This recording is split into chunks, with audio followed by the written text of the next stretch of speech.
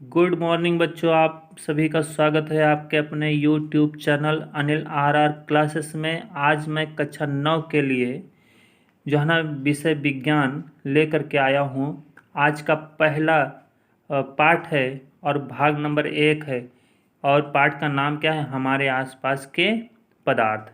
आप लोगों ने सुना ज़रूर होगा कि हमारे आसपास के पदार्थ, बहुत बार सुना होगा कि पदार्थ होते हैं, लेकिन पदार्थ के नाम यदि पूछा जाए तो शायद ही बता पाए कुछ बच्चे। तो पदार्थ यदि नहीं जानते हैं तो आज से आप निश्चित तौर पर अवश्य जान जाएंगे और भूलेंगे कभी भी नहीं। ये आपसे मेरा वादा है। क्लियर है ना? तो पढ़िए इस चैप्टर को और अच्छे से आनंद उठाइए। और हाँ, कोशिश करिए साथ ही साथ लिखना ना भूलें। वीडियो को देखें और वीडियो को पॉज करिए, यानी कि स्किप मत करना है, और सुनिए और उसको अपने नोटबुक में ज़रूर लिखें। क्लियर है ना? तो शुरू करते हैं पहला लेसन आज का। पाठ का नाम है हमारे आसपास के पदार्थ।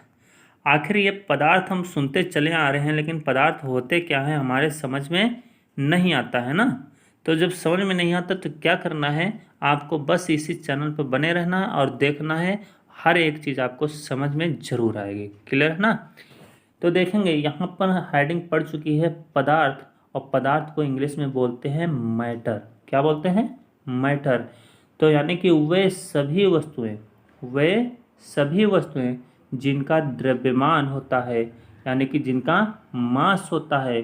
द्रव्यमान को बोलते हैं इंग्लिश में मास, यानी कि जिनका द्रव्यमान होता है और स्थान घेरती हैं। यानी कि वे सभी वस्तुएं जिनका द्रव्यमान होता है और स्थान घेरती हैं, पदार्थ कहलाती हैं। समझ में आया? नहीं आया ना? चलिए कोई बात नहीं, समझिए अभी। यानी कि वे सभी वस्तुएं, यानी कि ब्रह्मांड में रखी वे सभी वस्तुएं जो आपको दिखाई देती हैं, है ना, जो आपके सामने जिस वस्तु का आप नाम ले लो वो सभी क्या है? पदार्थ कहलाते हैं। आप मुंह से किसी चीज़ का नाम निकल आए, वो हमारे क्या? पदार्थ कहलाते हैं। क्लियर? जैसे कुर्सी, मेज, ईटा, है ना, मतलब ये कुछ भी ले लो नाम, वो सब हमारे क्या कहलाते हैं? पदार्थ कहलाते हैं। यानी दूध, दही, ये सब क्या है? पदार्थ ही तो हैं भाई। क्योंकि ये क्या है? स्थान घेरते हैं, इनका द्रव्यमान होता है ना, और ये क्या है? सब पदार्थ हैं। क्लियर है ना? आगे चलते हैं। सभी पदार्थ छोटे छोटे कणों से मिलकर बने होते हैं। सभी पदार्थ क्या होते हैं? छोटे छोटे कणों से मिलकर के बने होते हैं। क्लियर है ना? पदार्थ के कण इतने छोटे होते हैं कि हम कल्पना भी नहीं कर सकते हैं। लो, अब समझ में नहीं आ रहा है, मतलब कल्पना भी नहीं कर सकते हैं पदार्थ के, मतलब पदार्थ इतने छोटे छोटे कणों से मिलकर के बने होते हैं जिन्हें हम कल्पना भी नहीं कर सकते हैं। चलिए इसको बारे में हम समझते हैं, कितने छोटे बने होते हैं पदार्थ हैं के कण हैं, इतने छोटे होते हैं कि हम कल्पना भी नहीं कर सकते हैं। चलिए चेक करते हैं कितने छोटे होते हैं, है ना। तो उदाहरण के तौर पर देखते हैं कितने छोटे पदार्थ के कण होते हैं। तो ये देखिए उदाहरण आ चुका है। पदार्थ का छोटा रूप कितना छोटा होता है ये इसमें समझना है। क्लियर है ना? तो इसमें दे रखा है पोटेशियम पर मैग्नेट। पोटेशियम पर मैग्नेट, फार्मूला आपको बता देता हूँ मैं। पोटेशियम पर मैग्नेट का क्या होता है? पोटेशियम पर मैग्नेट का फार्मूला होता है KMnO4। ये याद रखना है, इसी तरीके से लिखना है, capital K capital M small NO4। Clear है ना? पोटेशियम पर मैग्नेट के छोटे से कण को यदि एक गिलास पानी में डाल दिया जाए तो यह पूरे गिलास के पानी को रंगीन बना देता है। यहाँ से समझ में नहीं आया होगा, कोई बात नहीं। ये समझो, जैसे ये आपका गिलास है। क्या है? गिलास है, इसमें से पानी भरा हुआ है। ठीक, अब इसमें से हमने ये कंपाउंड उठा लिया और इस गिलास में हमने डाल दिया, थोड़ा सा डाल दिया, एक चुटकी भर। अब गिलास में तो पानी भरा हुआ है। ठीक, अब पानी जो है ना छोटे छोटे कणों से मिलकर के तो बना है। आप जैसे पानी का एक बूंद निकालो, एक बूंद को और छोटे छोटे खंडों में आप तोड़ सकते हो कि नहीं? तोड़ सकते हो ना। जैसे कि नहीं तोड़ सकते हो तो आप ऐसे एक बूंद ले लिया साइड में, और उसमें से एक आप सुई ले लीजिए, सुई की नोक इसमें से डुबाइए और ऐसे ऐसे रख दीजिए इस तरीके से। तो यानी कि छोटे छोटे खंडों में तो तोड़ दिया, क्योंकि वो ऑटोमेटिक जो पानी जो बना हुआ है वो छोटे छोटे कणों से मिलकर के बना हुआ है। समझ में आ गया होगा उम्मीद है ना। तो यानी कि जो पानी बना है वो छोटे छोटे कणों से मिलकर के बना है। अब KMnO4 मैंने इसमें डाल दिया, यानी कि पोटेशियम परमैंगनेट मैंने गिलास में डाल दिया। तो अब ये क्या है, पानी पानी पूरा क्या हो जाता है, रंगीन हो जाता है। अर्थात एक छोटा कण गिलास में पानी के जितने कण हैं उतने भागों में विभाजित हो जाता है और सभी कणों के साथ मिल जाता है, अतः पानी रंगीन हो जाता है। अगर जो पानी रंगीन हुआ तो क्यों हुआ, क्योंकि पानी जो है ना बना है छोटे छोटे कणों से मिलकर के बना हुआ, और जब छोटे छोटे कणों से मिलकर के बना है तो ये KMnO4 जो पोटेशियम परमैंगनेट है इसमें मैंने डाल दिया, और सभी कणों में क्या है, ये KMnO4 क्या है, मिल गया जा करके, है ना। तो यानी कि KMnO4 अपना सारा रंग मतलब कलर सभी पानी के सभी कणों को दे दिया, और इसलिए पानी का कलर क्या हो गया, रंगीन हो गया। समझ में आया। तो उम्मीद करता हूँ समझ में आ गया होगा। यदि समझ में नहीं आया तो कम से कम 1-2 बार आप इस वीडियो को देख सकते हो, तब समझ में और अच्छे से आएगा। चलिए आगे बढ़ते हैं। आगे दे रखा है पदार्थ के कणों की विशेषताएं, यानी कि कैरेक्टरिस्टिक्स ऑफ मैटर बोलते हैं, या प्रॉपर्टीज ऑफ मैटर भी कह सकते हैं। क्लियर है ना। तो क्या इसकी विशेषताएं हैं ये पढ़ते हैं। पदार्थ के कणों के बीच रिक्त स्थान होता है, यानी कि जो भी पदार्थ बना होता है उन कणों के बीच, यानी कि पदार्थ जितने भी बने होते हैं वो कणों से मिलकर के बने होते हैं, इस तरीके से, है ना। इस तरीके से कणों से मिलकर के बने होते हैं। अब इनके बीच देखिए गैपिंग रह गई, यानी कि जगह रह गई। यानी कि अब थोड़ा सा मैं बड़ा डायग्राम बना देता हूँ, जैसे ये पदार्थ ये कण है, ठीक, बड़े बड़े कण बना दिया मैंने। अब समझाने के लिए बड़े तो बनाना ही पड़ेगा। तो इनके बीच देखिए ये रिक्त स्थान है ना, खाली जगह है। तो यानी कि इन्हें ही हम क्या बोलते हैं, पदार्थ के कणों के बीच क्या होता है, रिक्त स्थान होता है। तो यही जो खाली जगह होती है इसे हम क्या बोलते हैं, रिक्त स्थान। क्लियर है। अब अगला पॉइंट कह रहा है पदार्थ के कण निरंतर गतिशील होते हैं, है ना। तो पदार्थ के जो न कण क्या होते हैं, निरंतर गतिशील होते हैं। गतिशील का मतलब ये जो कण होते हैं वो हमेशा क्या है, गति करते रहते हैं, यानी कि थोड़ा बहुत हिलते रहते हैं, है ना। जैसे कि ये कण है, इस तरीके से कण है, तो ये इधर चला गया, ये इधर चला गया, ये इधर चला गया, है ना। तो मतलब ये क्या थोड़ा बहुत गति करते रहते हैं, इसलिए हम कहते हैं पदार्थ के कण निरंतर गतिशील होते हैं। ये एक गुण ये हो गया। तीसरा गुण क्या कह रहा, तीसरा गुण कह रहा पदार्थ के कण एक दूसरे को आकर्षित करते हैं, मतलब ये अट्रैक्शन फोर्स इनके बीच लगता है।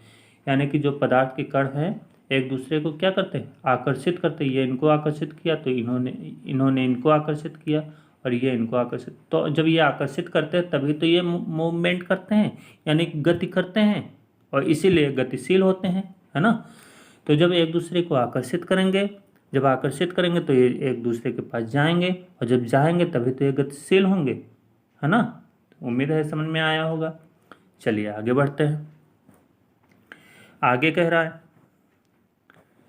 पदार्थ की अवस्थाएं, यानी states of matter. States of matter के बारे में पढ़ना है। पदार्थ की निम्न 3 अवस्थाएं होती हैं, कौन कौन सी, ठोस, द्रव, गैस। वैसे तो 2 और अवस्थाएं मिल चुकी हैं जो कि आपके चैप्टर में नहीं ज़्यादा पढ़ना है, ठीक है। तो ये आपको बताना है, हम यहाँ पर आपको होमवर्क दे रहे हैं, होमवर्क ध्यान से सुनना। इसकी पदार्थ की चौथी अवस्था है प्लाज्मा। क्या है, प्लाज्मा, ठीक है। चौथी अवस्था कौन सी है, प्लाज्मा है। क्लियर। और एक 5वीं भी अवस्था है पदार्थ की, 5वीं अवस्था। वो 5वीं अवस्था का नाम तुम्हें बताना है कौन सी होती है। क्लियर है ना, कमेंट करना है ज़रूर, ठीक। कमेंट बॉक्स में आपको कमेंट करना है पदार्थ की 5वीं अवस्था का नाम क्या है। क्लियर। तो आगे चलते हैं। ठोस के गुणधर्म, यानी प्रॉपर्टीज ऑफ सॉलिड। तो प्रॉपर्टीज ऑफ सॉलिड क्या होते हैं? फर्स्ट पॉइंट कह रहा है इनका निश्चित आकार तथा स्पष्ट सीमाएं होती हैं। यानी कि जो ठोस होता है इनका आकार और सीमा इनकी क्या होती है? निश्चित होती है। क्लियर है ना? यानी कि जैसे आपका सिंपल आप उदाहरण ले सकते हो, जैसे आपका एक ईंटा ले लिया या एक पत्थर ले लिया।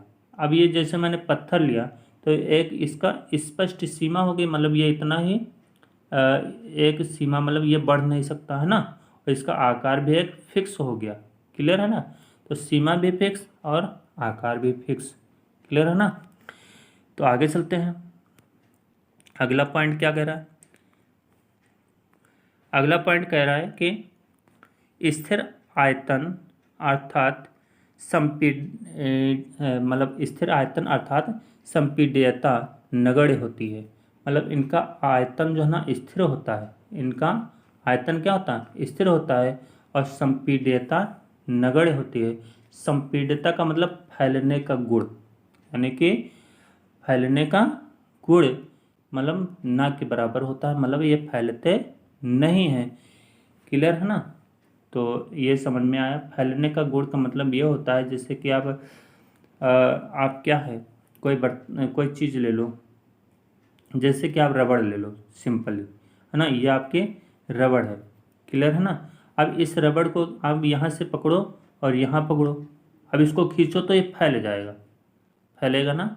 तो लेकिन क्या है, ये जो ठोस पदार्थ होते हैं उन्हें आप खींचोगे एक साइड से दूसरे साइड तो आप ये फैलते नहीं हैं। क्लियर है ना? तो इस चीज़ को ध्यान रखना है। तो इसलिए संपीड्यता क्या होती है? नगण्य होती है। आगे चलते हैं।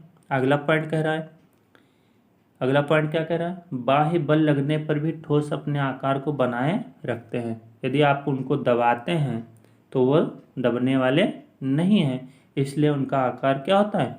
ठोस आकार को बनाए रखता है, यानी उसमें कोई परिवर्तन नहीं होता है। अंतराणविक बल ठोसों में द्रव तथा गैस से अधिक होता है। जो अंतराणविक बल होता है, अंतराणविक बल ठोसों में द्रव तथा गैस से अधिक होता है। अब ये समझ में नहीं आया होगा, तो अंतराणविक बल क्या होता है?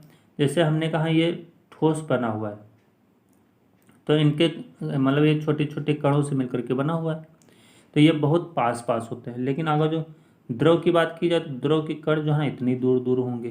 क्लियर है ना? ये इतने इतने दूर दूर। और जो गैस की बात की जाए तो गैस एक यहाँ कण, एक यहाँ, ये गैस है, इस तरीके से कण दूर दूर और दूर दूर होंगे। लेकिन ये क्या है? बहुत पास पास होते हैं, यानी बिल्कुल चिपके हुए कण होते हैं, है ना? तो इनके बीच क्या है?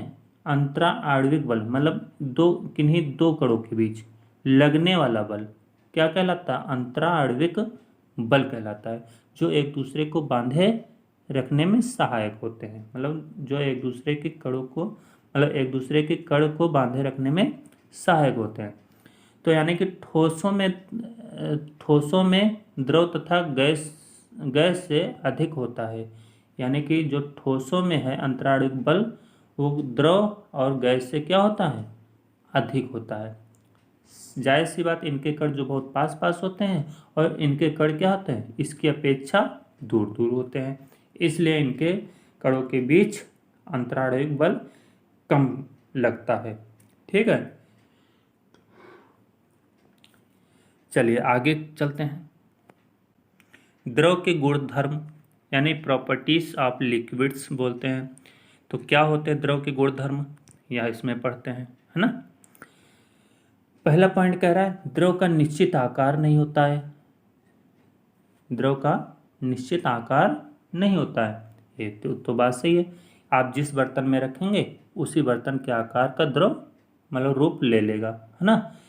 तो ये तो बात बिल्कुल क्लियर है, यानी कि द्रव का आकार निश्चित नहीं होता है। इनका आयतन निश्चित होता है। इनका आयतन क्या होता है? निश्चित होता है, ये भी बात सही है।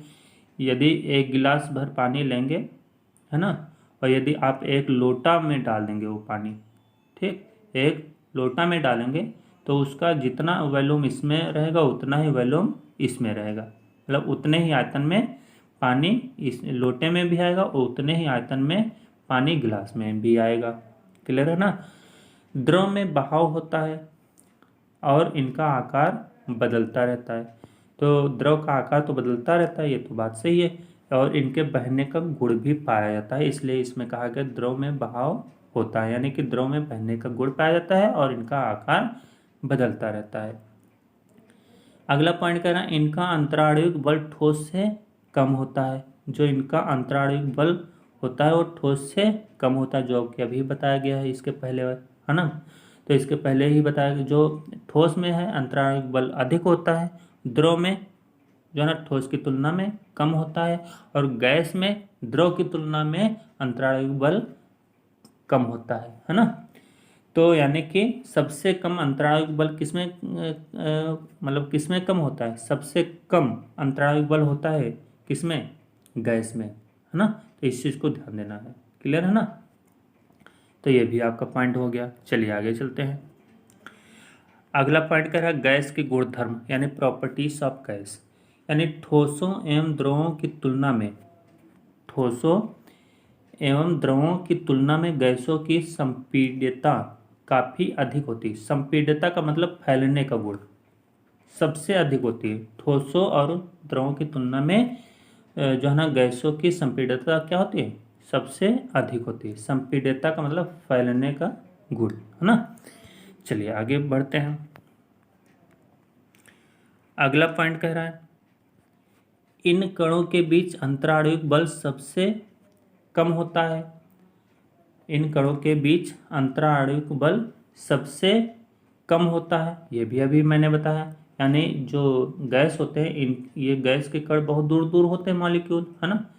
जो गैस के मॉलिक्यूल होते हैं बहुत दूर दूर होते हैं। अब इसलिए इनके बीच अंतराणविक बल कार्य नहीं करता, या करता है तो बहुत ही कम करता है। क्लियर है ना। तो इसलिए कहा गया है इन कणों के बीच अंतराणविक बल सबसे कम होता है। गैसों को आसानी से दबाया जा सकता है, यानी कि गैस यदि आप जैसे सिंपली आप उदाहरण के तौर पर आप देख सकते हैं कि आप एक गुब्बारा लीजिए, गुब्बारे में गैस भर लीजिए, है ना। तो गुब्बारे को यदि आप दबाते हैं तो क्या गुब्बारा दब जाता है, क्यों, क्योंकि उसके जो गैस के मॉलिक्यूल होते हैं वो क्या होते हैं, अत्यधिक गतिशील होते हैं, और गतिशील होने के कारण और उनके अंतराणविक बल क्या होता है सबसे कम होता है, तो इसलिए वो क्या है दब जाते हैं। क्लियर है ना। तो यानी कि गैस का गुब्बारा क्या है दब जाता है, इसलिए कहा गया गैसों को आसानी से दबाया जा सकता है। इनका विसरण काफ़ी तीव्रता से होता है। विसरण मतलब फैलने का गुण, तो इनका विसरण जो है ना बहुत तेज़ी से होता है। तो बच्चों वीडियो आज की कैसे लगी, तो यदि अच्छी लगी तो आप लोग कमेंट ज़रूर करिए और बताइए कि वीडियो आज की कैसी लगी, है ना। और बच्चों यदि आपको आगे की वीडियो चाहिए तो आप लोग हमें कमेंट करिए, हम कोशिश करेंगे और इससे भी अच्छी वीडियो बना करके आप सभी को दें। आप मेरे चैनल को सब्सक्राइब नहीं किया तो सब्सक्राइब करिए, लाइक नहीं किया लाइक करिए, कमेंट नहीं किया तो कमेंट करिए, शेयर नहीं किया तो शेयर करिए, और इसी तरीके से जो है ना चैनल पर बने रहिए और पढ़ते रहिए। अपनी जो है ना पढ़ाई को जारी रखिए, क्योंकि लॉकडाउन में तो जानते हैं स्कूल खुलने वाला इतनी जल्दी है नहीं। 31 जुलाई तक तो छुट्टी हो ही गई है ना। तो 31 जुलाई तक छुट्टी हो चुकी, उम्मीद है आगे फिर बढ़ जाएगी, क्योंकि केसेस देखा जाए तो कोरोना के बहुत ज़्यादा बढ़ रहे हैं। इस टाइम पर देखा जाए तो 20,000 केस हर रोज़ निकल रहे हैं। तो जब 20,000 अभी निकल रहे हैं तो आगे चल करके और आगे ज़्यादा निकलेंगे। तो इसलिए आप लोग पढ़ाई जारी रखिए, ऑनलाइन ही सही, घर है ना, तो घर पे बैठ करके आधा एक घंटा वीडियो देखिए, बस पढ़ाई चलती रहेगी। तो बच्चों आज की वीडियो यहीं पर समाप्त करते हैं। तब तक के लिए नमस्कार बच्चों।